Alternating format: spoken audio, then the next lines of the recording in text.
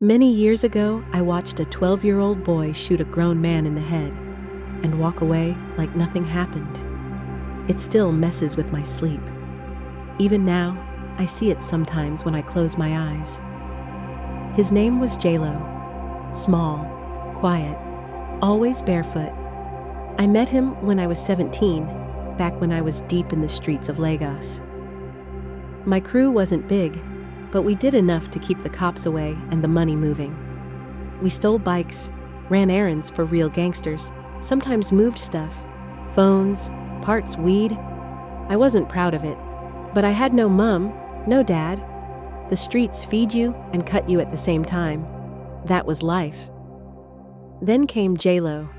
He used to hang by our corner, always watching. Dirty white shirt, shorts 2 sizes too big, eyes like something that saw too much.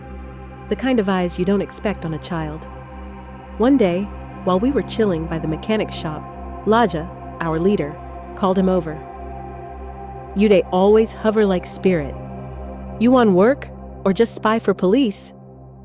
Jalo didn't say a word, just stared at Laja. That stare. It made some of the older boys laugh uncomfortably.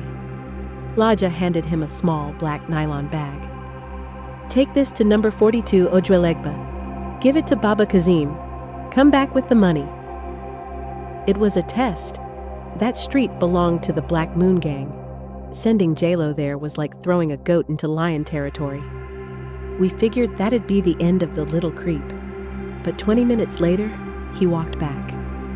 Calm, quiet, handed Laya the cash, not a scratch on him. From then, he was one of us. At first, we gave him small jobs, watching corners, moving cash. But he was too good, too fast, no mistakes. Soon, Laja started using him for hits. You'd never guess a skinny barefoot kid could handle a blade like that. The funny thing, he never smiled, never laughed, never even cursed. Just silence. The first time I saw him kill, it was quick. One of the rival crews snatched a bag from Laja during a drop. We all chased the guy into an alley, but Jalo was already there. He stepped out from the shadows, slid a blade into the man's side, then stepped back like he just handed him a note. No emotion, just dead eyes. It freaked me out, but Laja loved it. He started calling him our little ghost. Things were changing. We made more money, but people started whispering. They said Jalo wasn't just a boy. They said he had a spirit in him. Some said he was born on a battlefield. Others said his mother died giving birth to him, bled out in the street while he just laid there watching. But the story that really stuck with me, that he was cursed, that someone sent him into the world with blood in his bones and ice in his heart. Then came the day everything snapped. Musa, one of our boys, messed up a deal with Kanmi, the top guy in the Black Moon crew. Sold fake goods, lied about payment. Word got back, and Kanmi wanted revenge. He called a meeting behind one of the auto shops on Echo Street, told Laja to bring Musa.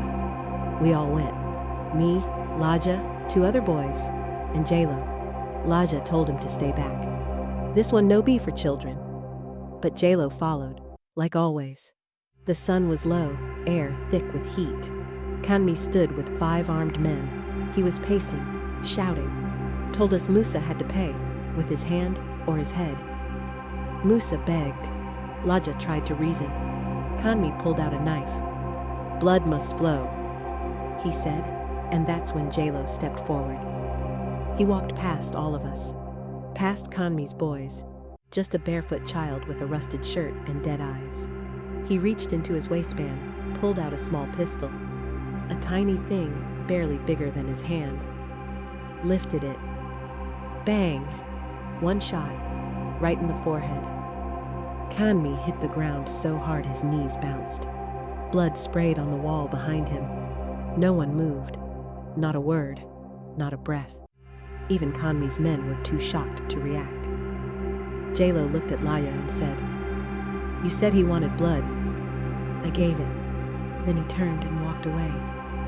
I swear to you, he didn't even blink. After that day, The whole gang changed. Laja stopped giving orders. Jalo didn't need to say anything. People just started doing what he wanted. It was like the streets knew. A new king had arrived. And he wore no crown, just a dead stare and silence. People vanished. Jobs got more violent. The money got bigger, but so did the fear. One night, we were sitting behind the shop, alone. I asked him straight, "Why con me?" You didn't flinch. He stared into the darkness. He was already dead. He just didn't know yet. That night, I couldn't sleep. I packed up the next morning and left Lagos. Changed my name, found work in Port Harcourt, then Ibadan. Years later, I heard stories. Jalo was running his own crew, smarter, deadlier. Some said he had police on his payroll. Others said he made deals with cults, dark ones. Then he disappeared. Some say he died in a raid. Some say he left the country. But I know better. Boys like Jalo don't die. They become shadows, ghosts that walk when the sun's up. And if you ever meet him, if you see a skinny, quiet man with cold eyes and no smile, walk the other way.